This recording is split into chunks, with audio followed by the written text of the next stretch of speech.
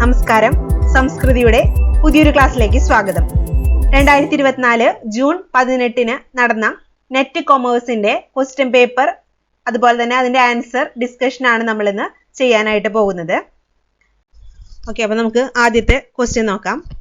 If EBIT is equal to 1120, PBT is equal to 320, fixed cost is equal to 700, what is the value of degree of operating leverage? അപ്പൊ നമ്മളോട് degree of operating leverage ആണ് കാണാനായിട്ട് പറഞ്ഞിട്ടുള്ളത്. അപ്പൊ അതിന് വേണ്ടിയിട്ട് earnings before interest and ടാക്സും fixed കോസ്റ്റും തന്നിട്ടുണ്ട്. അതുപോലെ തന്നെ പ്രോഫിറ്റ് ബിഫോർ ടാക്സും തന്നിട്ടുണ്ട്. അപ്പൊ നമുക്കറിയാം ഡിഗ്രി ഓഫ് ഓപ്പറേറ്റിംഗ് ലിവറേജ് കാണാനുള്ള ഫോർമുല എന്ന് പറയുന്നത് എന്താണ്? Earnings before interest and tax plus fixed cost divided by earnings before interest and tax ആണ്. ഓക്കെ, അപ്പോൾ ജസ്റ്റ് നമുക്ക് തന്നിട്ടുള്ള ഏർണിംഗ്സ് ബിഫോർ ഇൻട്രസ്റ്റ് ആൻഡ് ടാക്സും ഫിക്സ്ഡ് കോസ്റ്റും ഫോർമുലയ്ക്ക് അപ്ലൈ ചെയ്തിട്ടുണ്ടെങ്കിൽ നമുക്ക് ഡിഗ്രി ഓഫ് ഓപ്പറേറ്റിംഗ് ലിവറേജ് കിട്ടും. അതായത് 1120 പ്ലസ് 700 ഡിവൈഡഡ് ബൈ 1120. സോൾവ് ചെയ്യുമ്പോൾ നമുക്ക് കിട്ടുന്ന ആൻസർ എന്ന് പറയുന്നത് 1.625 ആണ്. ഓക്കെ, അപ്പോൾ നമ്മുടെ ഓപ്ഷൻ 4 ആണ് ഇവിടുത്തെ കറക്റ്റ് ആൻസർ എന്ന് പറയുന്നത് 1.625. അടുത്ത ക്വസ്റ്റ്യൻ നോക്കാം. Arrange the steps of selection process from beginning to end. Selection പ്രോസസ്സിന്റെ സ്റ്റെപ്സ് ഓൾറെഡി നമ്മൾ ക്ലാസ്സിൽ ഡീറ്റെയിൽ ആയിട്ട് പറഞ്ഞതാണ്. സെലക്ഷൻ പ്രോസസ്സിന്റെ സ്റ്റെപ്പ് എന്ന് പറയുന്നത് ആദ്യത്തെ സ്റ്റെപ്പ് ഓപ്ഷൻസ് നോക്കുകയാണെന്നുണ്ടെങ്കിൽ selection test, screening of application, physical examination, interview, approval by appropriate authority and placement എന്ന് പറയുന്നത്. ഇതിൽ ഫസ്റ്റ് സ്റ്റെപ്പ് എന്ന് പറയുന്നത് ബി ആണ്, സ്ക്രീനിങ് ഓഫ് അപ്ലിക്കേഷൻ. അതിനുശേഷം സെലക്ഷൻ ടെസ്റ്റ് നടത്തും. അതിനുശേഷം നടത്തുന്നത് ഇന്റർവ്യൂ നടത്തും. ഇന്റർവ്യൂവിന് ശേഷം ഫിസിക്കൽ എക്സാമിനേഷൻ ഉണ്ടായിരിക്കും. അപ്പൊ സി. ദെൻ ലാസ്റ്റ് സ്റ്റെപ്പ് ആണ് approval by appropriate authority and placement എന്ന് പറയുന്നത്. സോ ഓപ്ഷൻ BADCE ആണ്. അപ്പൊ ഓപ്ഷൻസ് നോക്കുമ്പോൾ നമ്മുടെ സെക്കൻഡ് ഓപ്ഷൻ ആണ് ഇവിടുത്തെ കറക്റ്റ് ആൻസർ എന്ന് പറയുന്നത്. ഓക്കെ, അടുത്ത question 53. Which of the following assumption is of net income approach of capital structure? Capital structureലെ net income അപ്രോച്ചിന്റെ താഴെ പറയുന്ന അസംഷൻസ് ഏതൊക്കെയാണെന്ന് കൃത്യമായിട്ട് ഐഡന്റിഫൈ ചെയ്യണം നമ്മൾ. Options: cost of ഡെപ്റ്റ് is less than cost of equity, there is no tax, risk perception of investor will not change by use of ഡെപ്റ്റ്, change in capital structure of A company does not effect the market value of the firm, business risk will remain constant at every level of ഡെപ്റ്റ് and equity. അപ്പൊ net income approach assumptions പറയുന്നത് first, cost of ഡെപ്റ്റ് എപ്പോഴും cost of ഇക്വിറ്റിനേക്കാളും കുറവായിരിക്കും. പിന്നെ tax ഉണ്ടായിരിക്കില്ല, transaction കോസ്റ്റോ ബ്രോക്കറേജോ tax റേറ്റ്സോ ഒന്നും അവിടെ ഉണ്ടായിരിക്കില്ല. പിന്നെ risk perception of investor change ചെയ്യില്ല. ഡെപ്റ്റ് ഉപയോഗിക്കുന്നത് കൊണ്ട് ഇൻവെസ്റ്റേഴ്സിന്റെ റിസ്ക് പെർസെപ്ഷൻസിൽ മാറ്റങ്ങൾ ഉണ്ടായിരിക്കില്ല. അതും കറക്റ്റ് ആണ്. പിന്നെ ക്യാപിറ്റൽ സ്ട്രക്ചറിലെ ചേഞ്ചസ്, ഒരു കമ്പനിയുടെ ക്യാപിറ്റൽ സ്ട്രക്ചറിൽ ഉണ്ടാകുന്ന മാറ്റങ്ങൾ അത് മാർക്കറ്റ് വാല്യൂവിനെ എഫക്ട് ചെയ്യുന്നില്ല എന്നാണ് ഇവിടെ പറഞ്ഞിട്ടുള്ളത്. ആ അസംഷൻ ഇവിടെ റോങ് ആണ്.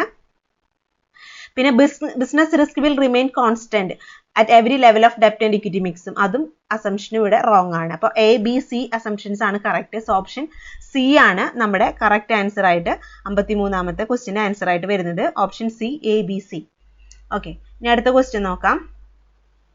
Which type of insurance policy, in which type of insurance should insurable interest be present at the time of policy is taken? Policy എടുക്കുന്ന സമയത്ത് ഇൻഷുറബിൾ ഇൻട്രസ്റ്റ് വേണ്ട ഇൻഷുറൻസ് ഏതാണെന്നാണ് question. Options: life insurance policy, fire insurance, marine insurance, life and marine insurance. Okay, അപ്പൊ life insurance policy ആണ് ഇവിടുത്തെ correct answer എന്ന് പറയുന്നത്. Policy എടുക്കുന്ന സമയത്ത് ഇൻഷുറബിൾ ഇൻട്രസ്റ്റ് നിർബന്ധമായിട്ടും വേണ്ട ഒരു പോളിസിയാണ് ലൈഫ് ഇൻഷുറൻസ് പോളിസി എന്ന് പറയുന്നത്. 54 ക്വസ്റ്റ്യൻ ആൻസർ ഓപ്ഷൻ എ ആണെന്ന് മനസ്സിലായി. ഇനി അടുത്ത ക്വസ്റ്റ്യൻ 55th ക്വസ്റ്റ്യൻ നോക്കാം. Which of the following is or are key components of third generation balanced score card? Third generation balance score കാർഡിലെ കീ കമ്പോണൻസ് ഏതാണെന്ന് തിരിച്ചറിയണം.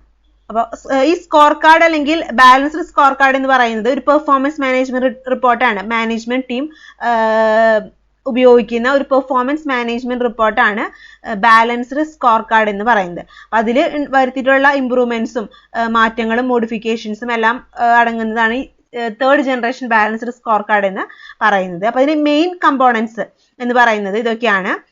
വിഷൻ സ്റ്റേറ്റ്മെന്റ് അഥവാ ഡെസ്റ്റിനേഷൻ സ്റ്റേറ്റ്മെന്റ് ഉണ്ട്. പിന്നെ വരുന്ന ഒരു ഇമ്പോർട്ടന്റ് കമ്പോണന്റ് ആണ് സ്ട്രാറ്റജിക് ലിങ്കേജ് മോഡൽ എന്ന് പറയുന്നത്. പിന്നെ ഒരു ഇമ്പോർട്ടന്റ് കമ്പോണന്റ് ആണ് സ്ട്രാറ്റജിക് ഒബ്ജക്റ്റീവ്സും. പിന്നെ നെക്സ്റ്റ് വൺ ആണ് മെഷേഴ്സ് എന്ന് പറയുന്നത്. ഓക്കെ, അപ്പോൾ ഡെസ്റ്റിനേഷൻ സ്റ്റേറ്റ്മെന്റ് നമ്മൾ വിഷൻ സ്റ്റേറ്റ്മെന്റ് എന്നും കൂടി പറയും. പിന്നെ ഒരു കമ്പോണന്റ് എന്ന് പറയുന്നത് സ്ട്രാറ്റജിക് ലിങ്കേജ് മോഡൽ ആണ്. അപ്പോൾ സ്ട്രാറ്റജിക് ലിങ്കേജ് മോഡൽ എന്ന് പറയുന്നത് strategic objectives 12 to 14 strategic objectives അടങ്ങുന്ന ഒരു കമ്പോണന്റ് ആണ് സ്ട്രാറ്റജിക് ലിങ്കേജ് മോഡൽ എന്ന് പറയുന്നത്.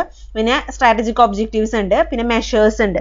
അതായത് ഓരോ സ്ട്രാറ്റജിക് ഒബ്ജക്റ്റീവ്സും അച്ചീവ് ചെയ്യുന്നതിന് വേണ്ടിയിട്ടുള്ള അത് അച്ചീവ് ചെയ്യുന്നുണ്ടോ എന്ന് മോണിറ്റർ ചെയ്യുന്നതിന് വേണ്ടിയിട്ടുള്ള മെഷേഴ്സ് ഇനിഷ്യേറ്റീവ്സ് ആണ് നാലാമത്തെ കമ്പോണന്റിൽ ഉള്ളത്. അപ്പോൾ നമുക്ക് ഓപ്ഷൻസ് നോക്കുകയാണെന്നുണ്ടെങ്കിൽ ഡെസ്റ്റിനേഷൻ സ്റ്റേറ്റ്മെന്റ് ഉണ്ട് എന്ന് പറഞ്ഞു, പിന്നെ സ്ട്രാറ്റജിക് ഒബ്ജക്റ്റീവ്സ് ഉണ്ട്, strategic linkage model and perspectives ഉണ്ട്, മെഷേഴ്സ് ആൻഡ് ഇനിഷ്യേറ്റീവ്സ് ഉണ്ട്.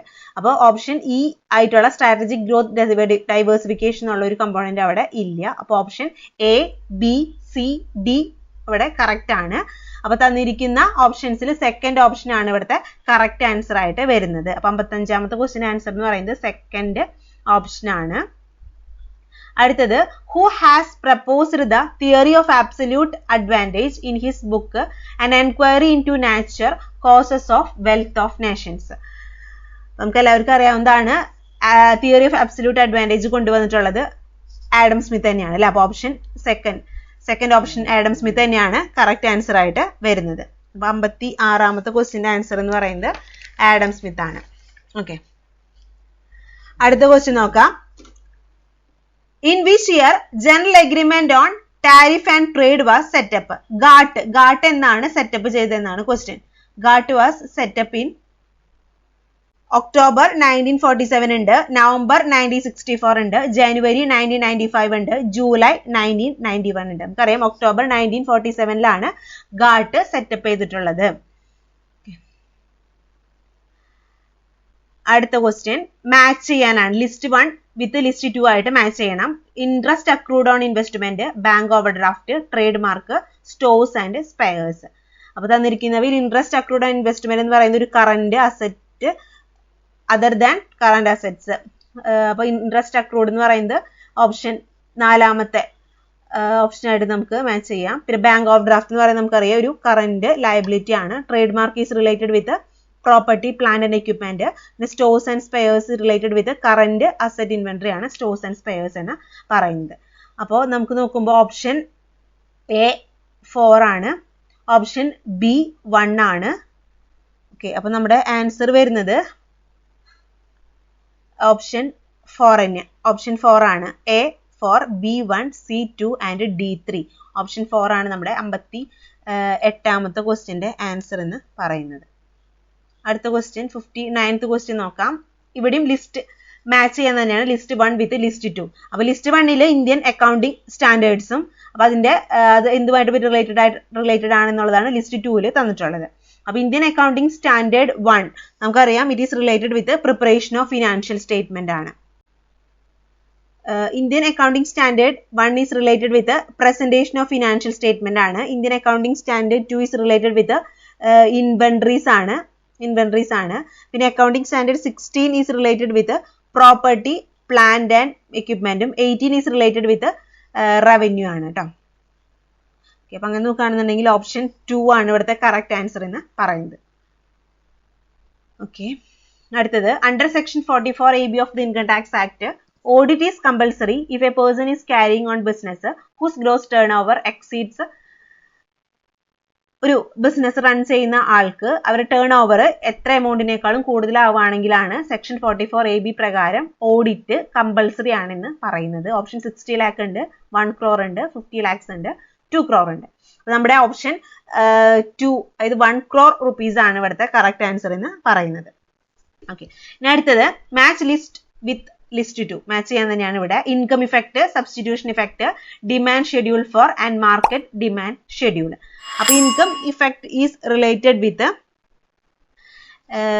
താഴെ തന്നിരിക്കുന്നവയിൽ income effect is related with the effect of change in price on quantity demanded arising from consumer becoming better or worse off as a result of price change. ആണ് income effect എന്ന് പറയുന്നത് നമുക്കറിയാം. പിന്നെ substitution effect is related with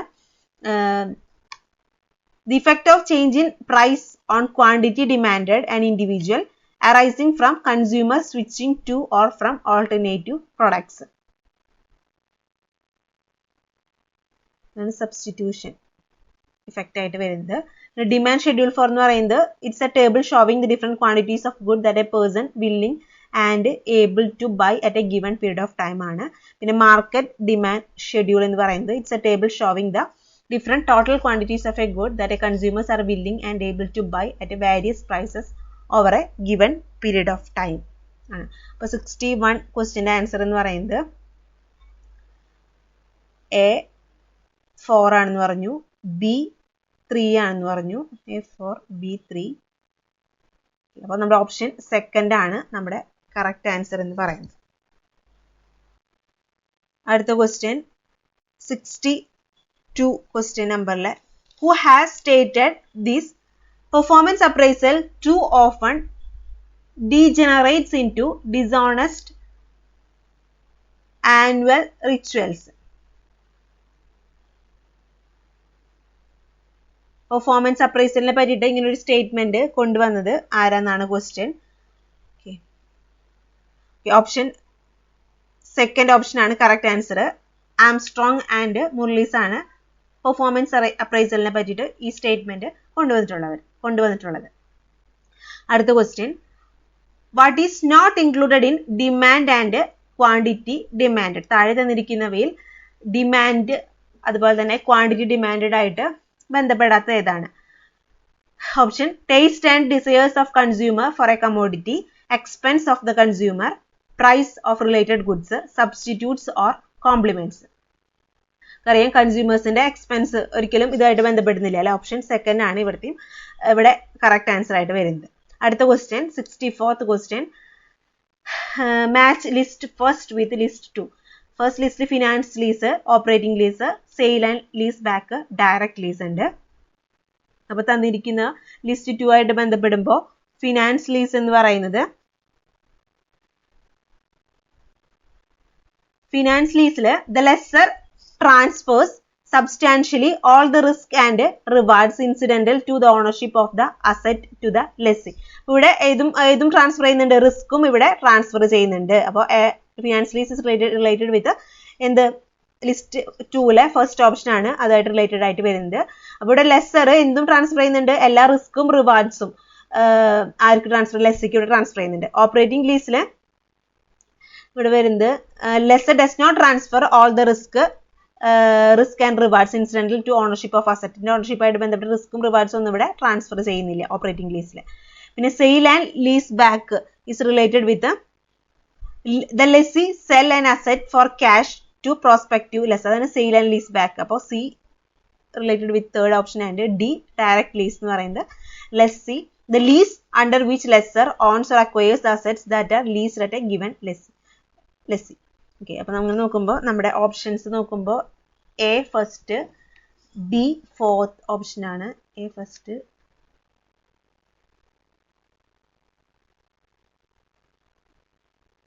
B 4. അപ്പം നമ്മുടെ answer 1 ആണ് ഇവിടെ correct answer ആയിട്ട് വരുന്നത് കേട്ടോ. അപ്പം A4 ആണ്. A4, A first, B4, C3 and D2 നോക്കുമ്പോൾ അപ്പം നമ്മുടെ 64ാമത്തെ ക്വസ്റ്റ്യൻ്റെ ആൻസർ എന്ന് പറയുന്നത് ഓപ്ഷൻ 1 ആണ്.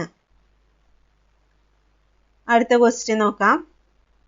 മാച്ച് ചെയ്യാൻ തന്നെയാണ് ഇവിടെയും. Scarcity, consumption, macro economics, aggregate, demand. Okay, അപ്പോൾ സ്കേഴ്സിറ്റി എന്ന് പറയുന്നത് നമുക്ക് നോക്കുമ്പോൾ സ്കേഴ്സിറ്റി എന്ന് പറയുന്നത് എക്സസ് ഓഫ് ഹ്യൂമൻ വാൻസ് ആണ് അല്ലേ. അപ്പോൾ ആവശ്യത്തിനേക്കാളും കൂടുതൽ പ്രൊഡക്ട്സിന്റെ സ്കേഴ്സ് ആണ്, ഹ്യൂമൻ വാൻസ് ആണ് കൂടുതൽ ഇവിടെ.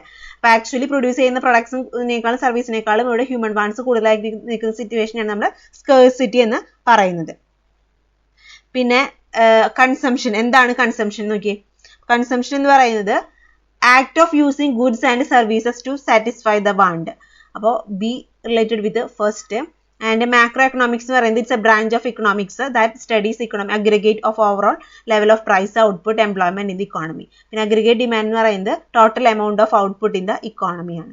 അങ്ങനെ നോക്കുമ്പോൾ 65ാമത്തെ ക്വസ്റ്റ്യന്റെ ആൻസർ എന്ന് പറയുന്നത്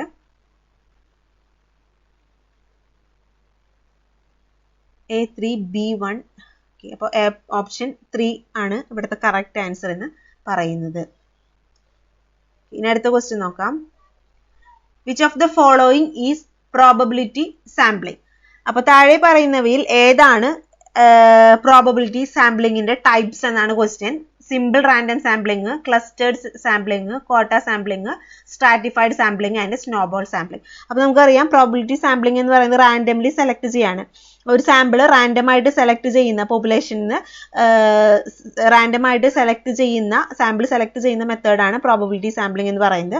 റാൻഡം സാമ്പിളിംഗ് എന്നും കൂടി നമ്മൾ പ്രോബബിലിറ്റി സാമ്പിളിങ്ങിനെ പറയും. അപ്പോൾ പ്രോബബിലിറ്റി സാമ്പിളിങ്ങിന്റെ ടൈപ്സ് എന്ന് പറയുന്നത് സിമ്പിൾ റാൻഡം സാമ്പിളിംഗ് ഉണ്ട്, ക്ലസ്റ്റേർഡ് സാമ്പിളിംഗ് ഉണ്ട്, സ്ട്രാറ്റിഫൈഡ് സാമ്പിളിംഗ് ഉണ്ട്. അപ്പോൾ സ്നോബോൾ സാമ്പിളിംഗും അതുപോലെ തന്നെ ക്വാട്ട സാമ്പിളിംഗും നോൺ പ്രോബബിലിറ്റി സാമ്പിളിംഗിന്റെ ടൈപ്സ് ആണ് വരുന്നത് കേട്ടോ. അപ്പോൾ simple random sampling, clustered sampling and stratified sampling are types of probability sampling. So option A, B, D is the correct answer. Option 3 is the correct answer.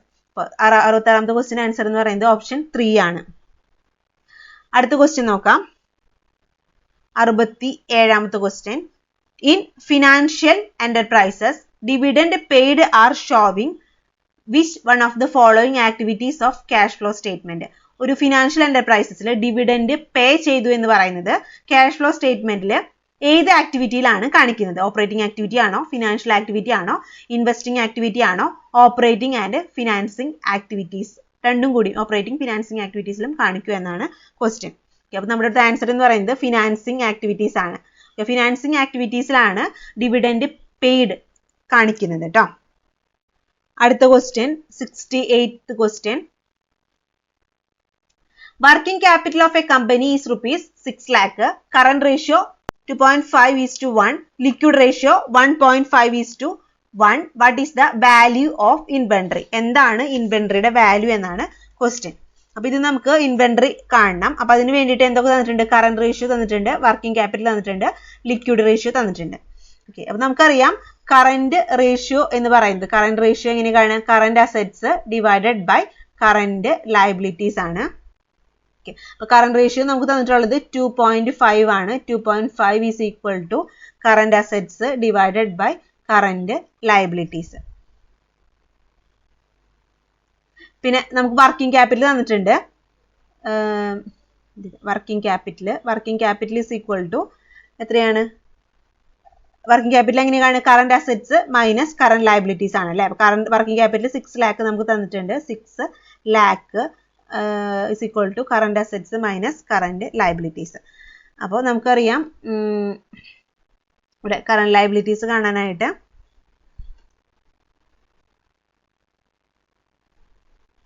Current assets അപ്പോൾ ഇവിടെ കാണാനായിട്ട് എന്ത് ചെയ്യാം? Current assets is equal to എങ്ങനെയാണ്? 6 lakh minus current liabilities. അപ്പോൾ കറന്റ് ലയബിലിറ്റീസ് കൊണ്ടുവരുമ്പോൾ പോസിറ്റീവ് അത് നെഗറ്റീവ് ആവും. So current asset is equal to 6 lakh. Current liability അവിടെ നെഗറ്റീവ് ആണ്, അപ്പോൾ ഇങ്ങോട്ട് കൊണ്ടുവരുമ്പോൾ പ്ലസ് ആവും. അപ്പോൾ 6 lakh plus current liabilities is equal to current asset. അപ്പോൾ കറന്റ് അസറ്റ് എന്ന് പറയുന്നത് എന്താണ്? 6 lakh പ്ലസ് കറന്റ് ലയബിലിറ്റി ആണ്. സോ അപ്പോൾ നമുക്ക് ഈ കറന്റ് അസറ്റ് എന്നുള്ളിടത്ത് ഇത് സബ്സ്റ്റിറ്റ്യൂട്ട് ചെയ്യാം. So 2.5 is equal to 2.5 is equal to എന്താണ്? 6 lakh plus current liability divided by current liability ആണ്. അപ്പൊ ഇത് നമുക്ക് സോൾവ് ചെയ്യാം.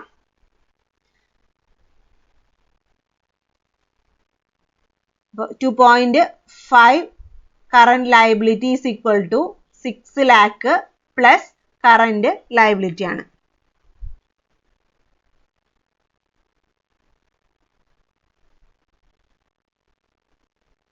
അത് ചെയ്യുമ്പോൾ കറന്റ് ലയബിലിറ്റി ഇങ്ങോട്ട് കൊണ്ടുവരിക. അപ്പോൾ 2.5 current liability minus current liability is equal to 6 lakh കിട്ടും. അതായത് 1.5 current liability is equal to 6 lakh കിട്ടും.